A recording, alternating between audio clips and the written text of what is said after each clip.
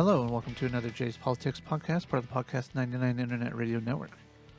You can reach us at podcast99.org or me directly at jpoliticspodcast on Twitter at jpoliticspodcast@gmail.com or at jpolypodcast on Twitter or j_brown1981 on both Twitter and Gab. So Thursday, while I was at work, I noticed that Riley Dennis, everybody's favorite social justice keyboard warrior, artist, whatever you want to call Riley, posted a video about Universal Basic Income, or UBI. So I thought that I would tackle this video. I was hoping to have this out yesterday or the day before, but I just didn't get around to doing it. So today I'm going to talk about I'm going to let Riley's issue their point, her point. Sorry. I'm going to let Riley issue her point about this and why. You can have your own opinions. I'm just going to let you know right now I disagree with it. So here we go. Hold on just a second. Switch screens here. Let's try this again. Oh, hold on. I have the wrong audio for this. Using the wrong fader there. Sorry. Let's try this again. So, I have this radical leftist idea that nobody should die just because they can't get a job. I know, it's really out there, wild stuff that could just never be accepted in the mainstream. But hear me out. What if we just guaranteed everyone a base standard of living? Food, water, shelter, that sort of thing. That way, people wouldn't have to be homeless and wouldn't have to starve. Because let's guarantee everybody a basic income. Why is it that people are trying to cross our border illegally, claiming asylum right now down in Mexico, San Diego, all along our southern border? It's because of exactly what you're trying to propose right here, which is to say that you want us to be a welfare state to welcome people in regardless of whether they can hold down a job or not. This, Riley, is completely unacceptable. I know what you're going to say. I've already watched this 2 or 3 times. I know what you're going to say. I know most people who have watched this know what you're going to say. However, I'm going to let you state your points. whatever we're doing right now, it's not working. So many people are homeless or face food insecurity. It's time to try something new. And maybe our best way of ensuring that everybody has a base level standard of living is just to give them a monthly income. No strings attached.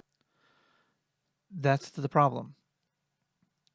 If you are going to give people money for no other reason than to quote unquote live, they're not going to want to do anything.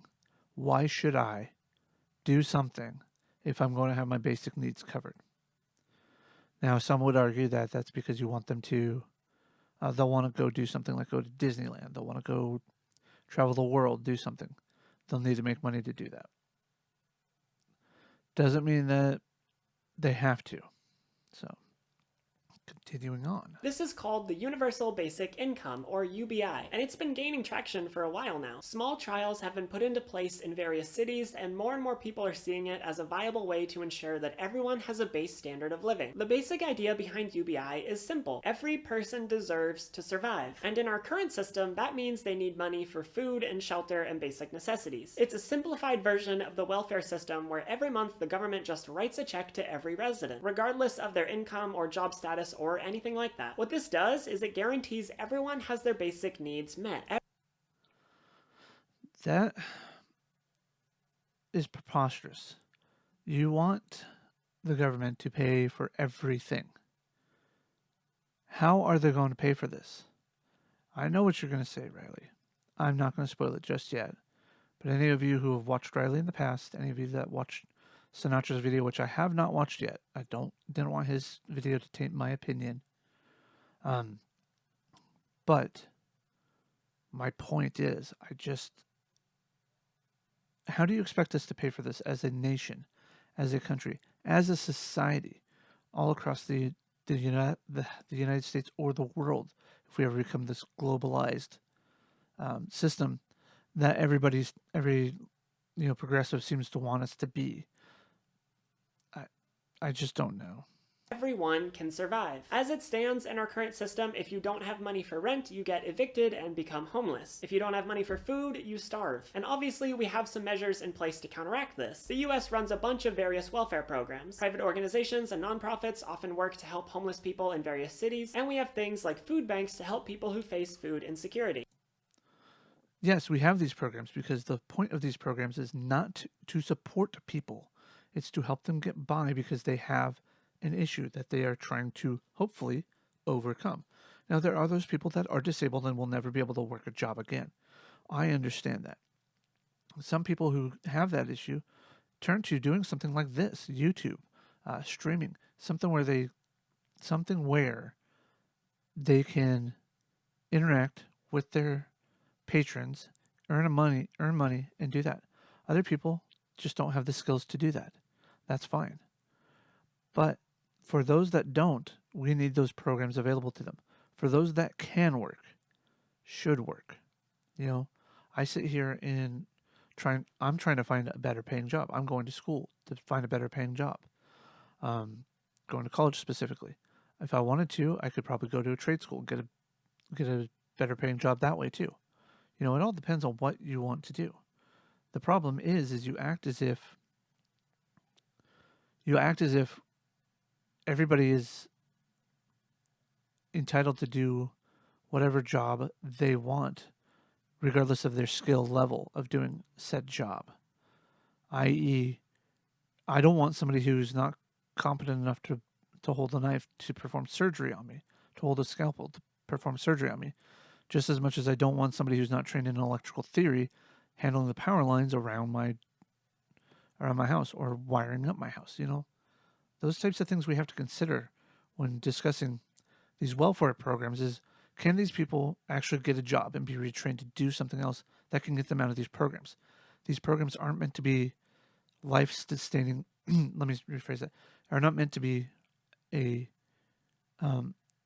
income in and of themselves for every person.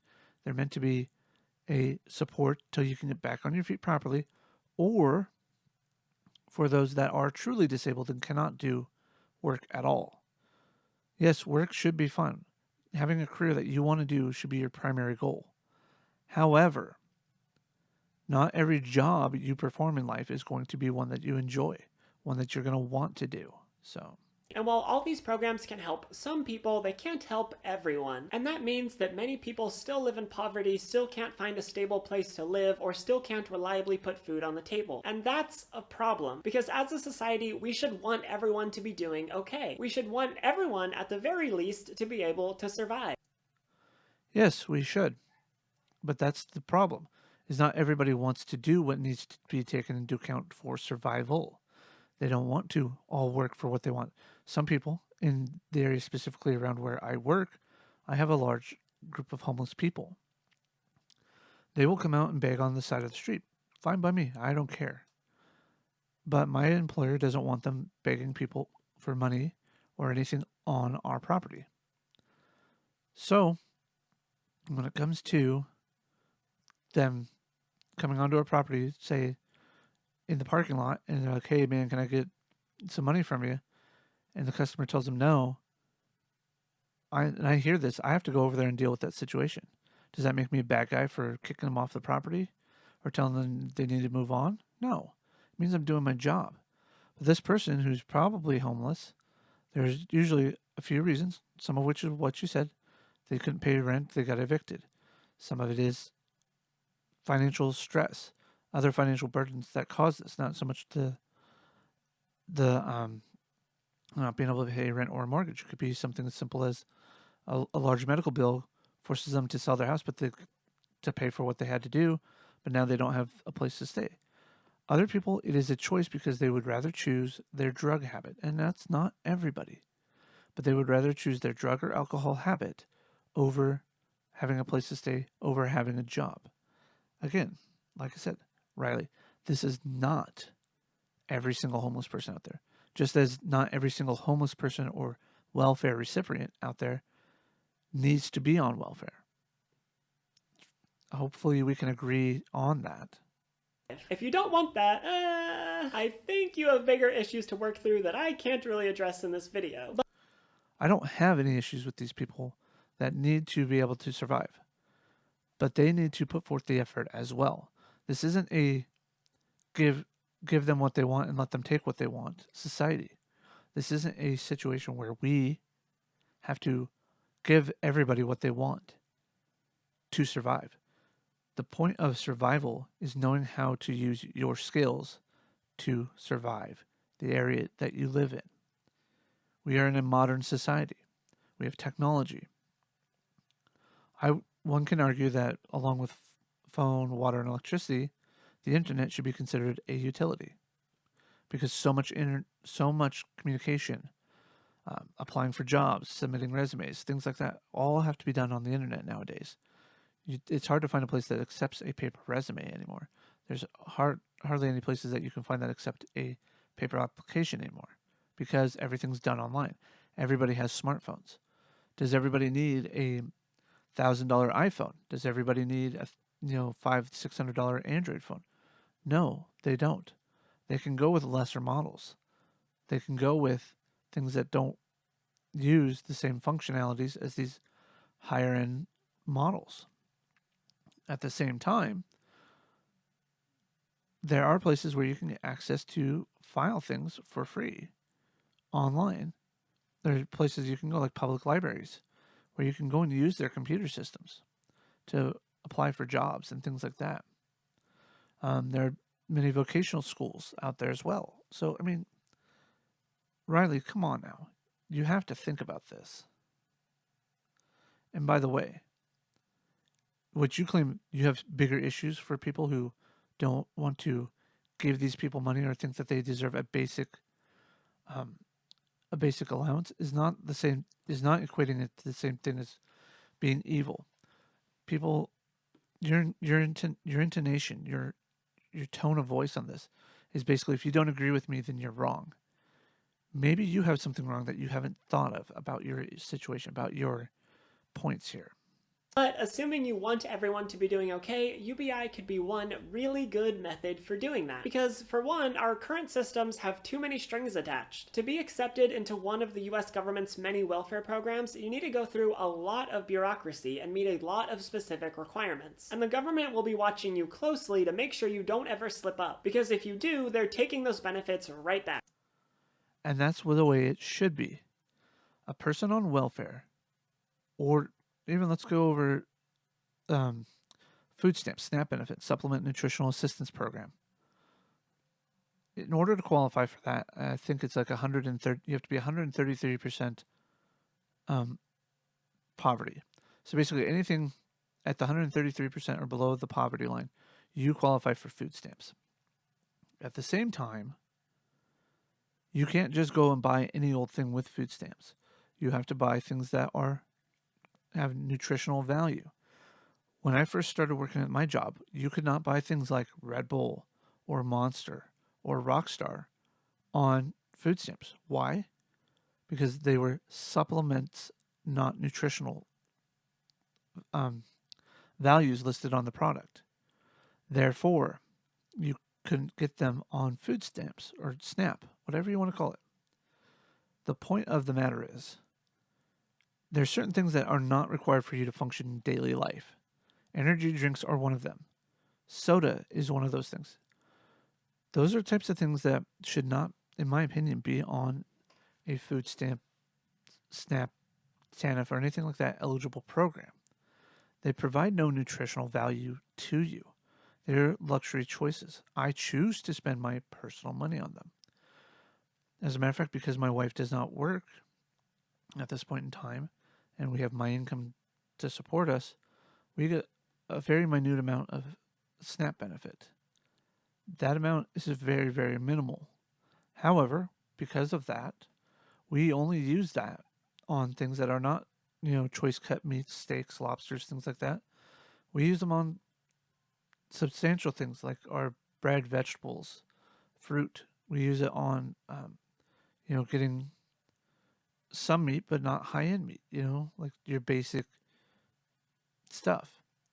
And then if there's anything that we want above and beyond that, that is not really beneficial to us, like the drink I'm drinking right now, is done off of my paycheck. It's that simple. Those are the choices we have. These are the choices that those people need to make as well. It is not, how do I want to put it? It is not the requirement of me, a taxpayer, or you, a taxpayer, to pay for these people's habits. You know, I've worked in grocery stores. I still work for a grocery store chain. I see what goes through those lines for SNAP. I think SNAP should be a little bit more along the lines of WIC, Women, Infant, and Children programs, where you have certain things that you are required to buy. It's that simple. Buy things that are healthy. Maybe, and here's the thing, maybe we could get SNAP benefits done in a way where you buy organic food on a SNAP program, it lowers the price. To offset that price, the government subsidizes the market and also subsidizes the farmer for growing organic, and for the grocery store supplement for selling organic at a cheaper price to allow for these benefits to be done. Those types of things need to be considered. I don't know about you, what you people think out there that are listening and watching this, but in all honesty, I think that that's how we should be doing it. Get away from the sugary, high-fat content. Like if I had more, if all my food income came from food stamps, I would not buy junk food on it. That would all come out of my pocket. That's my own personal opinion. However, that's not how we do that. That's not how we do things in society. This isn't how things are done. And Riley doesn't seem to see that. I don't know Riley's personal story. I don't know if Riley's ever been on SNAP. I don't know if Riley's ever enjoyed it. By the way Riley presents herself, I assume not. But having been on these programs and also seeing these programs daily for nearly the last 7 years, almost 8 years now, I think I understand what's going on with the system versus what the system should be doing. And my input should be a little bit more valuable on that. Not to say that people shouldn't be able to buy things that aren't necessarily healthy for them on SNAP, but maybe limit the amount to it. That's a compromise that Riley and I could make. This is bad because not everyone can meet those requirements, and sometimes people are going to make mistakes or do things that would disqualify them from those programs. That shouldn't mean their entire livelihood is revoked. That's just it, Riley. If you're on these programs and you make a mistake, most of the time they cut you a little slack. Most of the time they'll be like, "Oh, you did this once. You can't do that. You need to do it this way." Another example that I'll use is WIC, the Women, Infant, and Children, is that if you were to buy something that is on, that's not on your WIC check, say you were only supposed to get a 16-ounce block of cheese, and they ring you up for 2. You, as the consumer, don't get punished directly right away. The grocery store does. However, the WIC program does send you a letter saying, when you have these checks, you have to follow them to a T. This is how you're supposed to do it. You need to have it set aside and organized. But if you continue to make those same mistakes, then you should be kicked off because now you're willfully doing it. You're willfully being dishonest with the system. If you do something, say you take a better paying job, Riley, should you not be kicked off the program? Especially if that program covers, your new raise covers more than what the program's covering for you already. So let's just say hypothetically, I were to get $200 a month for food stamps. I quit my job that I'm working now and get a job that pays me, we'll say 2 times more than what I make now after taxes. per week. Should I then not be required to get off of the program? Should I then not be required to be on the program?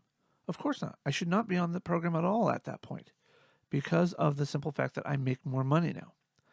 Now, if I were to lose my job for no reason of my own, it's not like I was a bad employee or anything, they just lay off, then I should be able to get on other programs. That's the way the system is supposed to work. But you do have people out there that game the system. You do have people, and it's not a lot, but it doesn't take much for it to make it harder for people to get onto these programs. Some states have even implemented drug testing for these programs because they don't want people who are taking drugs and taking the money that they were using for drugs that should have actually been going towards food to get food stamps. They don't want them to supplement their drug addiction with federal money. Why should we? Why should we allow that? If you give everyone a basic income, it can't be revoked for any reason. If you exist in the country, you get a basic income. Okay, if I exist in a country, so what you're saying is, if I were to move to Canada, and let's say they hypothetically had a UBI, the citizens there are supposed to supply me with a basic income, even though I have no rights to their country at all.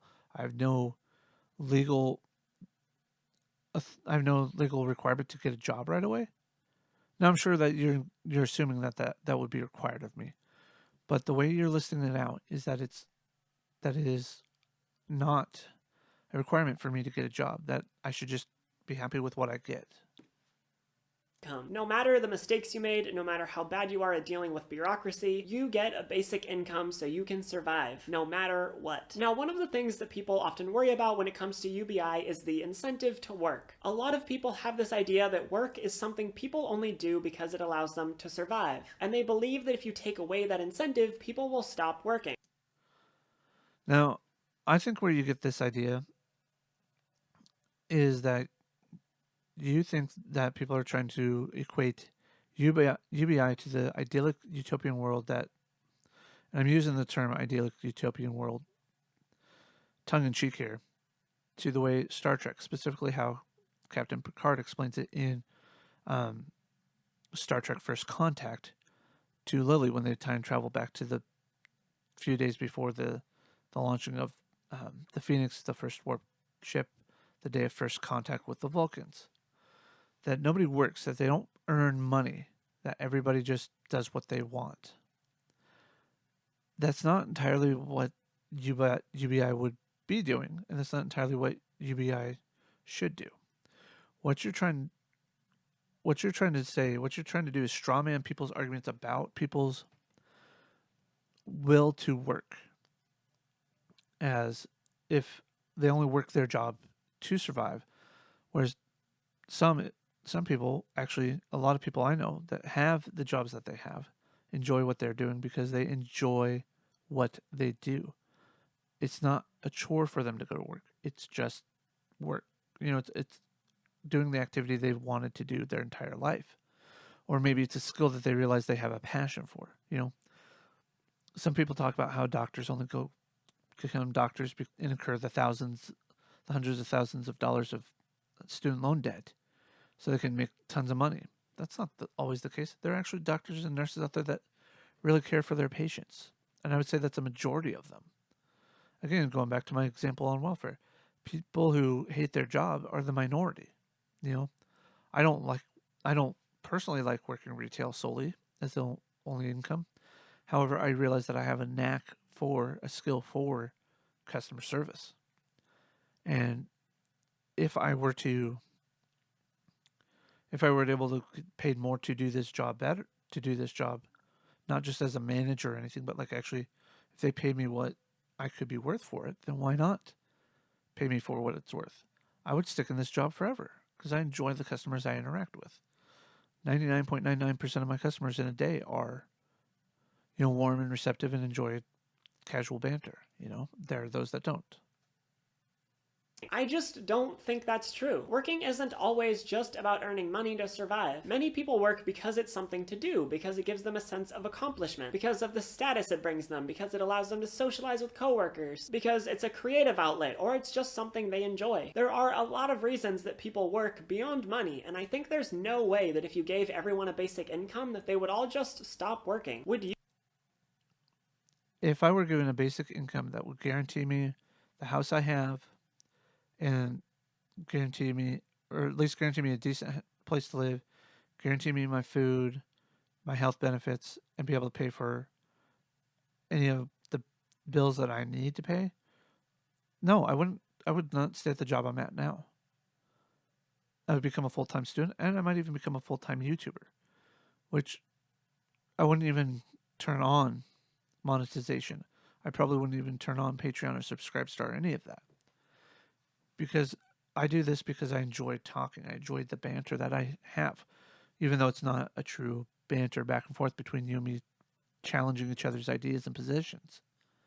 But I would gladly invite you on to a hangout with me. I'd even go to a neutral party. But I digress. The point is that not everybody would stay in the job that they want to do or that they are currently doing. There are people who wouldn't want to stay in jobs such as the Dirty Jobs show, because of it being quote unquote unsafe or it being hazardous. People would quit those jobs. So, and then who's to do them? But we'll get to that here.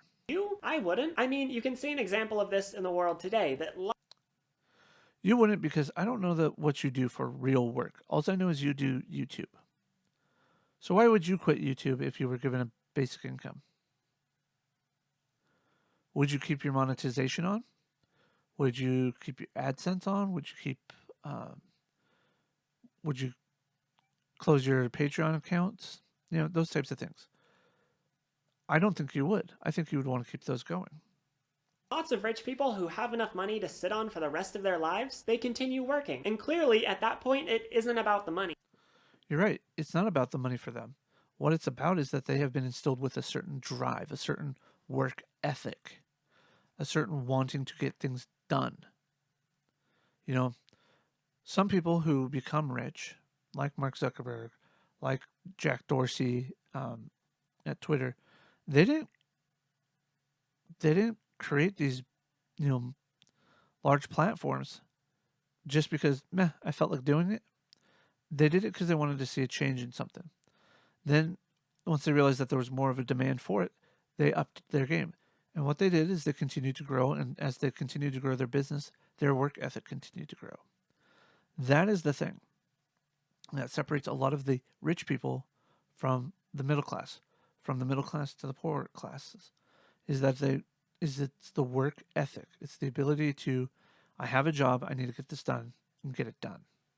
Some folks who have retired still continue to work in some form. Sure, some people might stop working, but that's not the end of the world. They would definitely.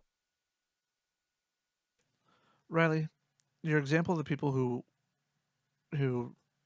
retire and then still continue to work is not entirely truthful in how you're trying to present it here.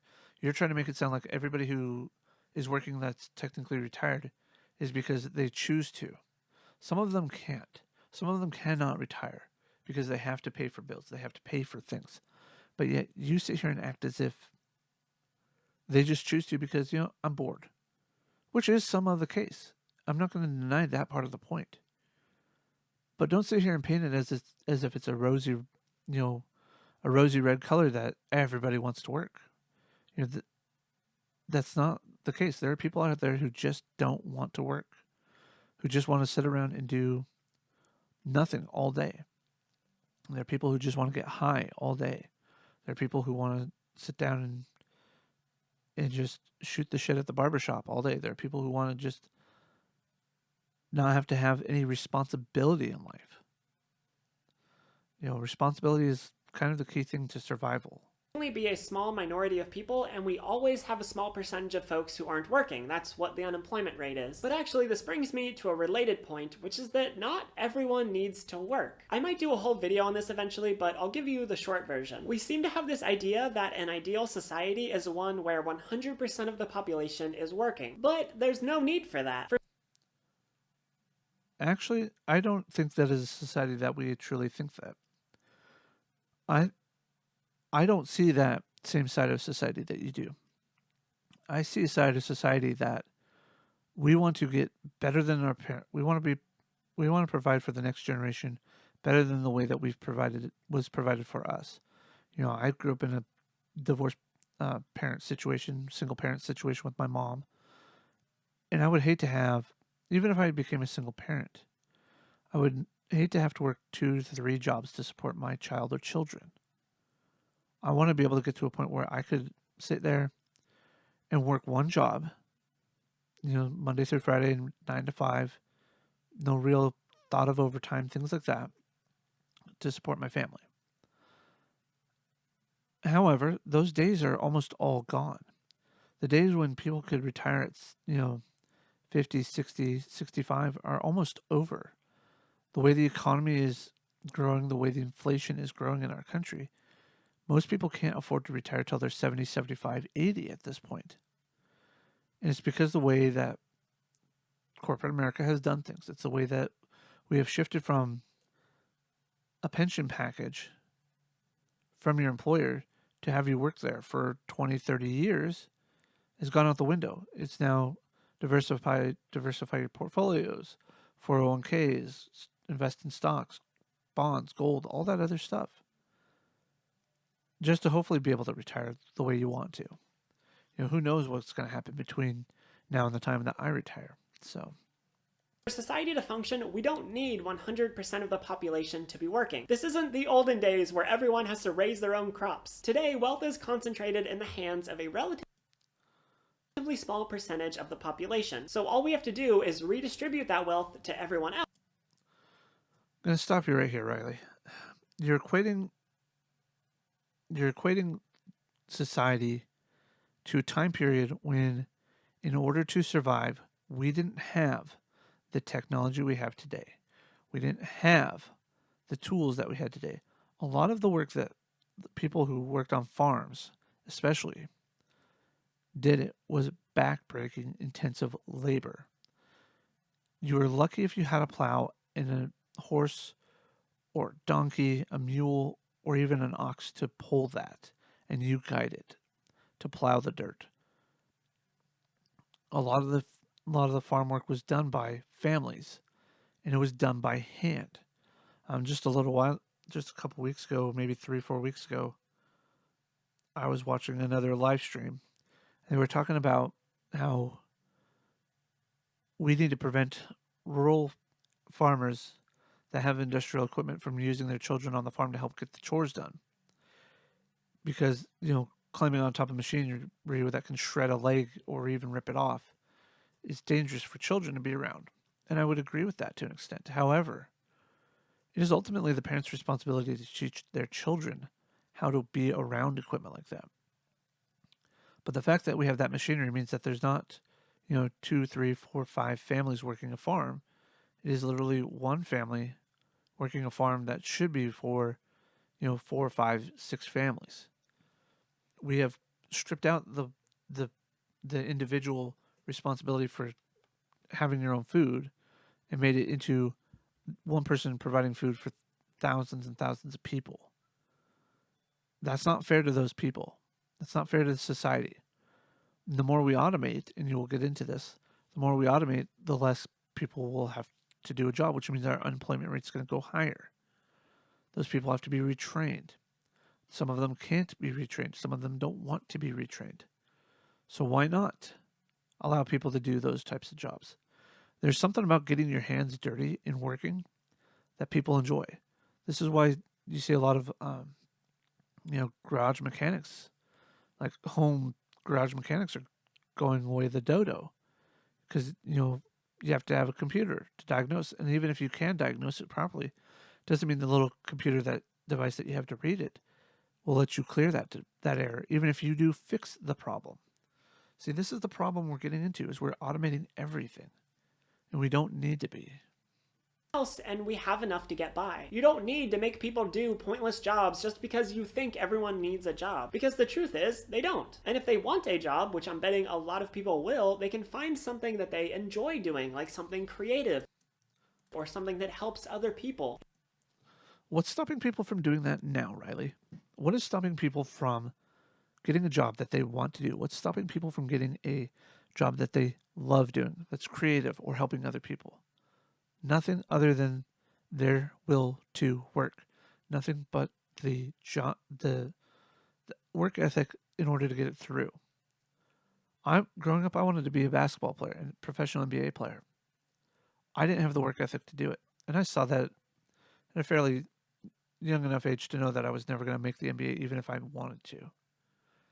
But had I worked hard on my grades, had I worked hard on my skills as a basketball player, I might have been able to do it.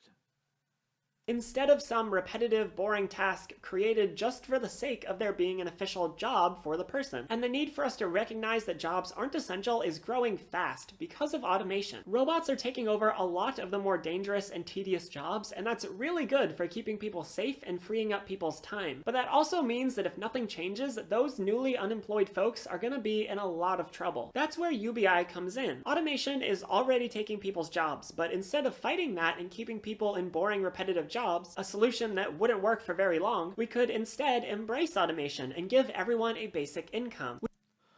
Or, and this is just a thought, a shot in the dark, a little thought, maybe we could retrain those people to work on the machinery.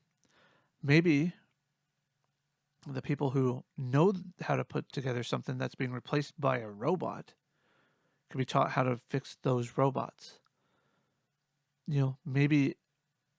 Maybe this is just a thought. Maybe we could have one person for each robot that's in a factory. That is your job to maintain that robot. So that way you don't have a team of technicians that has to work, that's responsible for 30 robots amongst 5 people.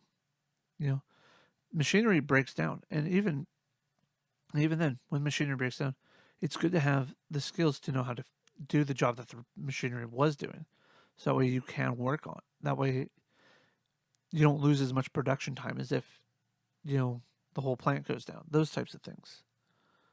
UBI, I honestly don't agree with in principle, because it's not going to make people want to work. It's going to make people just realize that I don't have to work, so why should I even bother?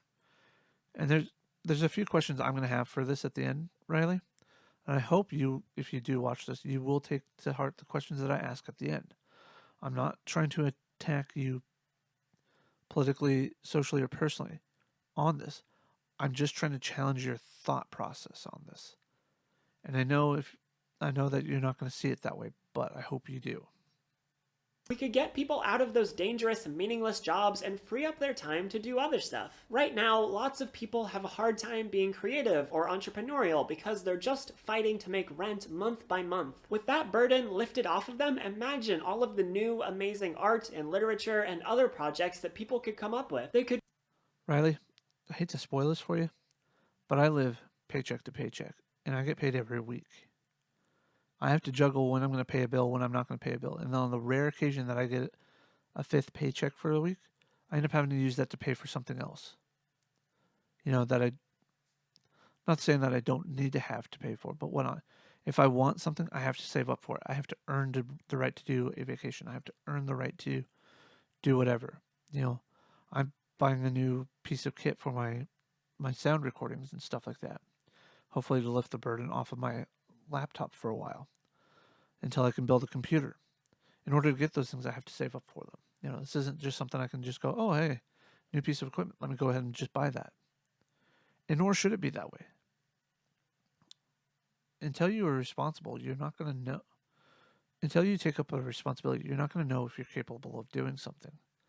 And I feel like while I'm not the most visually creative person when it comes to editing and things like that, I feel like at the bare minimum, I'm putting my heart and soul into a project that, regardless of whether it's good or bad, as long as I'm okay with how it goes, it's fine. And even if I'm not okay with it, if I can take the criticism that people give to me to heart, I will gladly take it.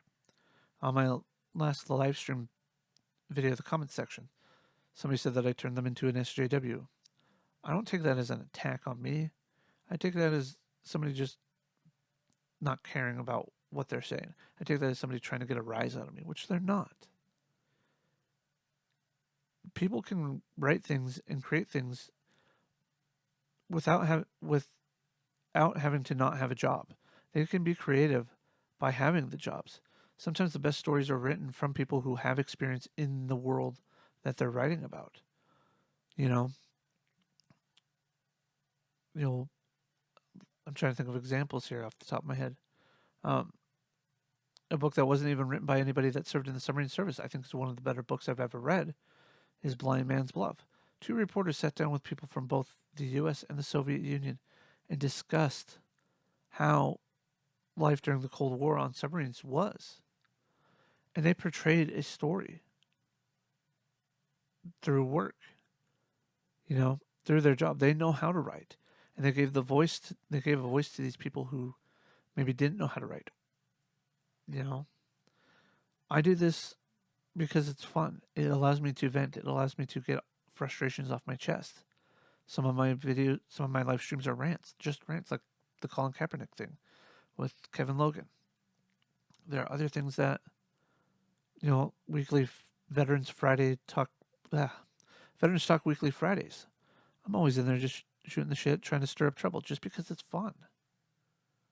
Hopefully you can see that too, Riley. Work does not stifle creativity. If anything, it should help expand your creativity. Create beautiful, amazing things, or they could start organizations that help people, or any other number of things. The potential is out there, and a lot of people just don't have the time or energy to do it when they're trying to survive. And in some cases, there will be dangerous or gross jobs that can't be done by robots. And in those cases, a UBI would give workers the ability to demand safer working conditions and higher pay. Actually, Riley, that's not entirely true. Because, if anything, it would give the employers the incentive to say, this is what we're going to cap you at, and that's it. Here's why. If I'm an employer and I know I can't get somebody to work down there, but I know they have a basic income level, I know I don't have to pay them as much to cover that income for their cost of living. So, say we implement this UBI across the board, and nationwide we set the cost of living to be, rent is $700 a month, your food bill is $300 a month, utilities is, say, $250 for internet, phone, TV, electricity, water, garbage, all that stuff. Okay, we'll say that's all $1,100 total for rent, food, and utilities. Most of why we have high-paying jobs that are $20, $30, $40 an hour, when you break down salaries of some people, is because it's to cover costs of a living. It's to cover educational experience. It's to cover all these other things.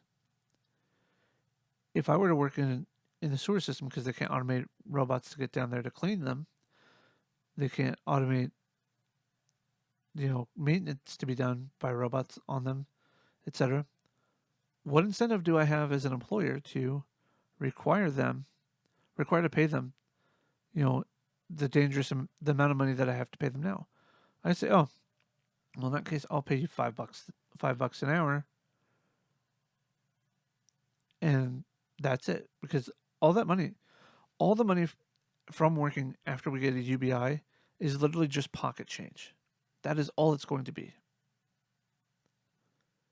So, what incentive do I have as an employer to say, because you're going to be working in a dangerous profession, I should pay you an extra $20, $30 an hour on top of that UBI? Why? Why should I do that? And what demands could you say that?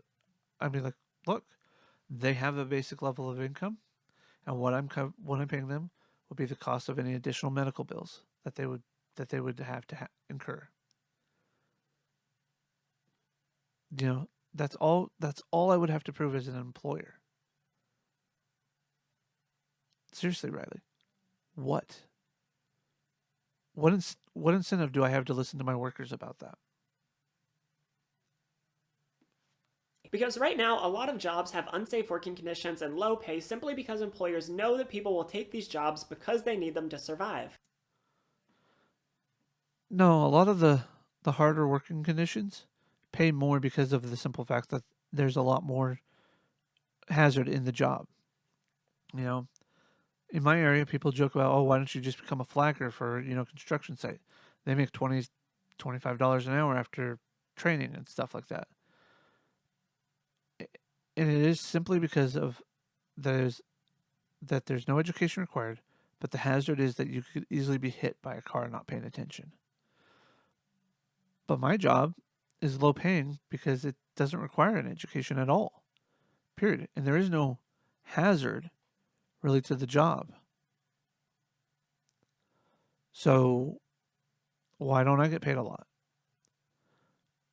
The employer doesn't have to pay me a lot because they know it's an entry level job. However, I'm using it to survive on until I can get a better paying job, until I can get the education that I need.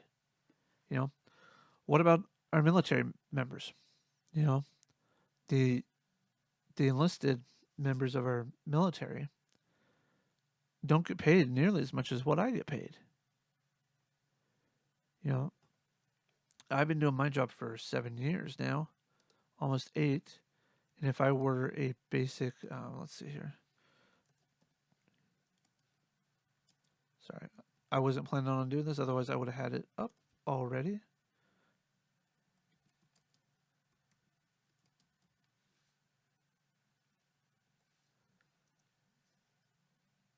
All right, let's see. Come on. So I'm going to, what's this?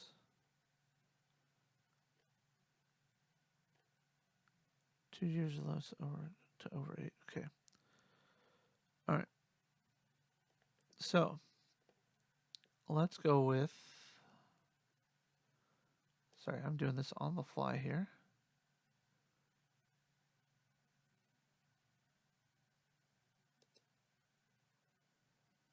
I'll actually change this really quick. So I'm going to add,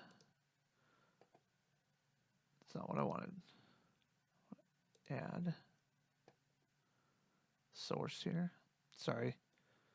I should really edit this out, but I'm treating this like it's a live stream, so go window capture.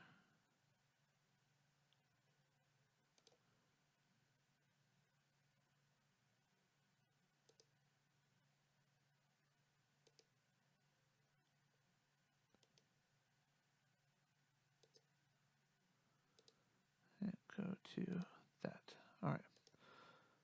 So, as you can see here,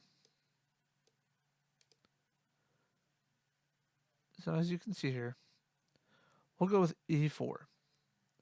Now, this is just below most NCO or non-commissioned officer rates in the Army, Air Force, and Marine Corps. But it's basically the equivalent of NCO for the U.S. Navy, which is what I was in. So at this point in time, they are making $2,500 a month before taxes. I personally am averaging probably about 35 to 37 hours a week. You're not going to be able to see this, but I'm pulling up my calculator here. So, come on.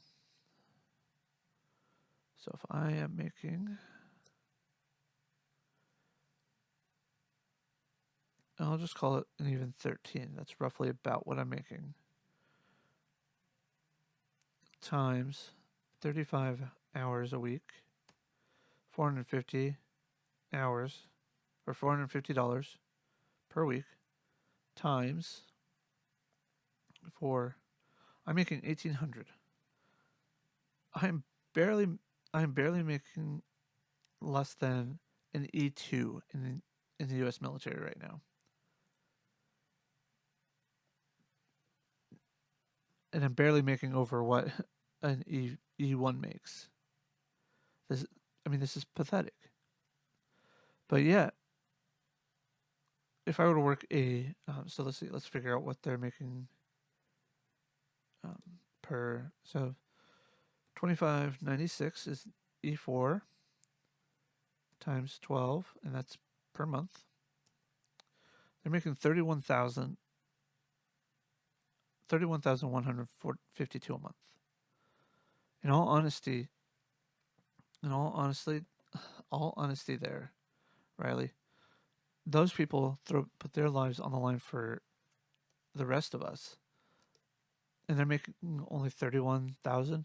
E5 is barely making 36,000, and it's all because they don't have an actual education. Their education comes from the military, and most of them, if you were to go to a voc school, like a trade school, you could actually shoot up the ranks of who's in the versus those who started the program at the same time as you from your experience in the military. So, I mean, it's just, it is seriously, it boggles my mind how you think that just because a job is dangerous, if we all had a universal basic income, that you would make a lot of money. I mean, again, look at the people who are over in war zones. Now, granted, when they're in a war zone, they don't get taxed. Fine. But that's because they're putting their life on the line. Now, if we all had a universal basic income, would they be making a lot more than the rest of us? No, they wouldn't. They, like I said, just using my example, they could be making $5, maybe $10 an hour more than those that are choosing not to work on the universal basic income. I mean, I don't know. It's just, I don't think you think these thoughts through completely, Riley, to be quite honest. But if people no longer need your job to survive, you've got to sweeten the deal. So people would still take those jobs, but they'd be much safer and better paid. Because under this system, people would still have jobs and be paid. There's no guarantee for safety at all in any job whatsoever. I could be robbed and shot, even if I comply with the demands of the person robbing me. That doesn't mean that my job is safer because of automation or anything like that. So if money is a huge motivator for you, you can still work to earn money above the amount you get from UBI. So maybe you're wondering, how do we pay for all of this? Giving everyone a livable income every month sounds expensive, and it is, but it's definitely possible. And the main solution is to tax the rich. They have so much money, they hardly know what to do with it. You were talking about a group of people that are almost less than 1% of the population of the country, let alone the world. Those people, some it's hereditary, some of them earn their money. Why should they be penalized for working harder than anybody else? For those that do it that way. Why should we tax them more? What's going to happen if we tax them more than anybody else to pay for these types of programs is that they're not going to have they're going to be like, well, why should I have the incentive to work if I'm just going to get taxed more for it to support other people? Then our whole economy is going to collapse. Then nobody's going to have any money because we're not taxing anybody. What's going to happen to us then? We're going to revert back to primitive medieval farms where you're going to have to work by your hands. You're not going to be able to do YouTube. You're not going to be able to do any of this because we're not going to be able to afford to maintain robots. We're not going to be able to maintain anything. We're basically going to be left to work the land.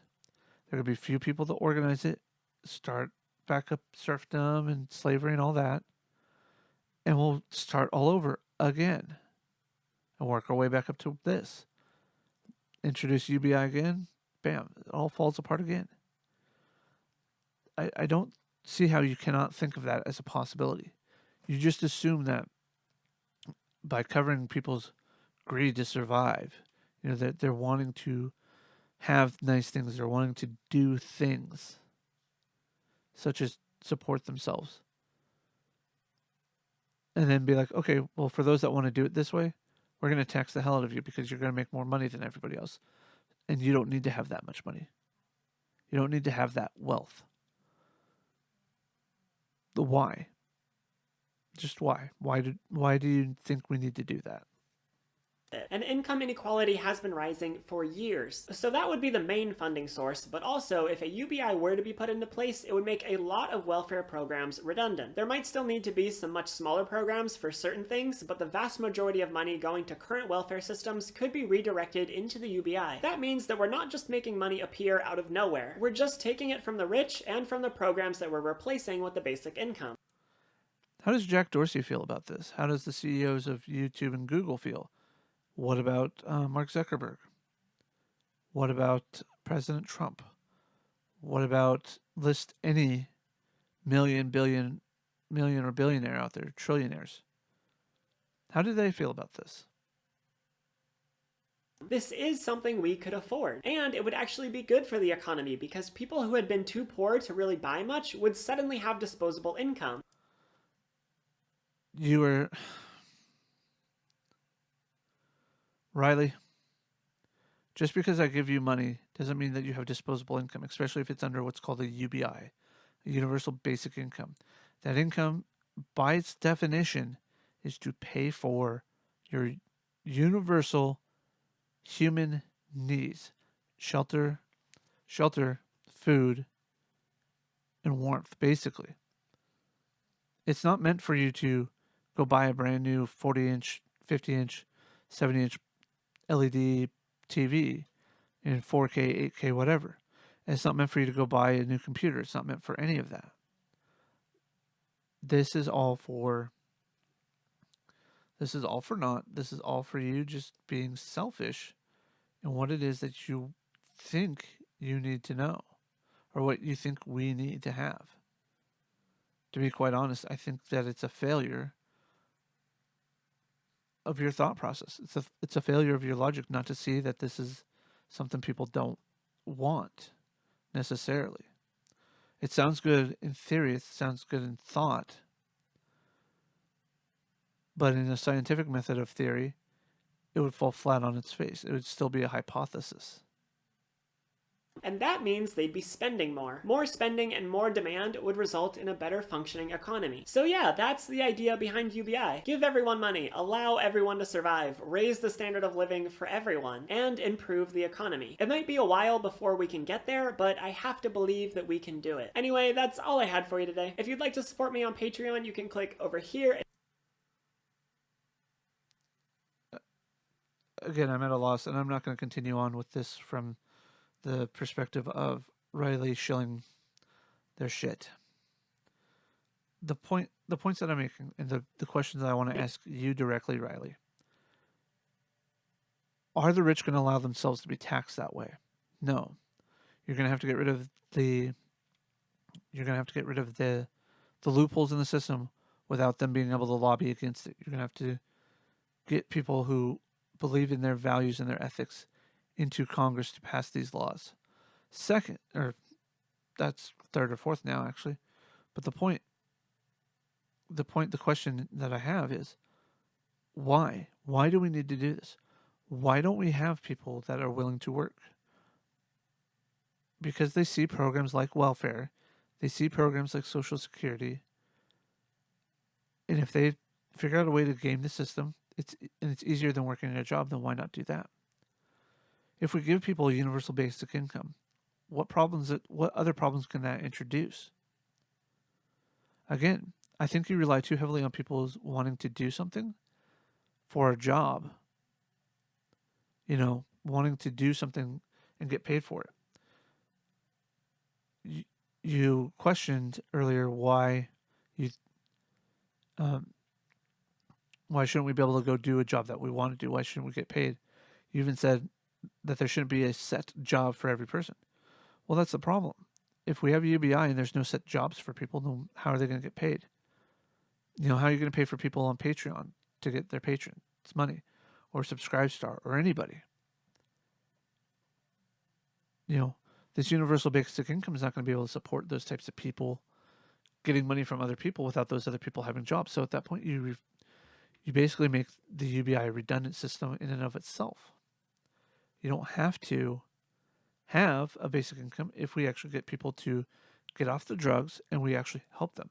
I have no problem having government support programs that help get people clean and off the streets. I'm all for that. By all means, I would gladly take a huge chunk of my money for taxes if I was guaranteed universal health care that also covered my drug addictions if I had any, and it would help me get me clean and back into society as a functioning member. The problem is I better be able to work. I better have skills that allow me to work. And that's what we need to do, is focus instead of our education on testing, instead of focusing our education system on doing well on tests and science stuff. How about we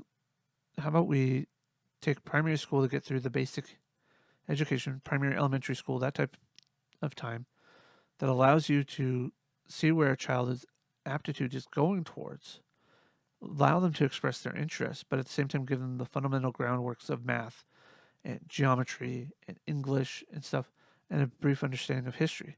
From there, they can go on to, become a woodworker. They can go on to become a mechanic. They can spend time in schools doing that. And then, by the time they're done with, secondary school, high school, they can then move on to an actual career field. And if they want to go to school for college for post-secondary education, then we can keep a similar situation in place where schools paid for by the state, give out so many scholarships. We can allow for student loans, but instead of having student loans be a predatory system, have it be a system where, start out with Pell Grants, start out with things like that. And I know this all takes money, but we can actually get there. Nothing has to be free. Nothing has to be given to us. Just nudge us in the right direction of where we need to go. Nudge our passion into a field where we would enjoy it. I love music. I thought about becoming a music teacher. Then reality hit that music teachers don't make a lot of money. So why should I be doing that? They say that people who teach can't do. People that can do the job. Those that can't teach, that type of thing. I don't think that's necessarily the point. But, let's let people get out there and find out what makes them passionate. What allows them to have the job that they want.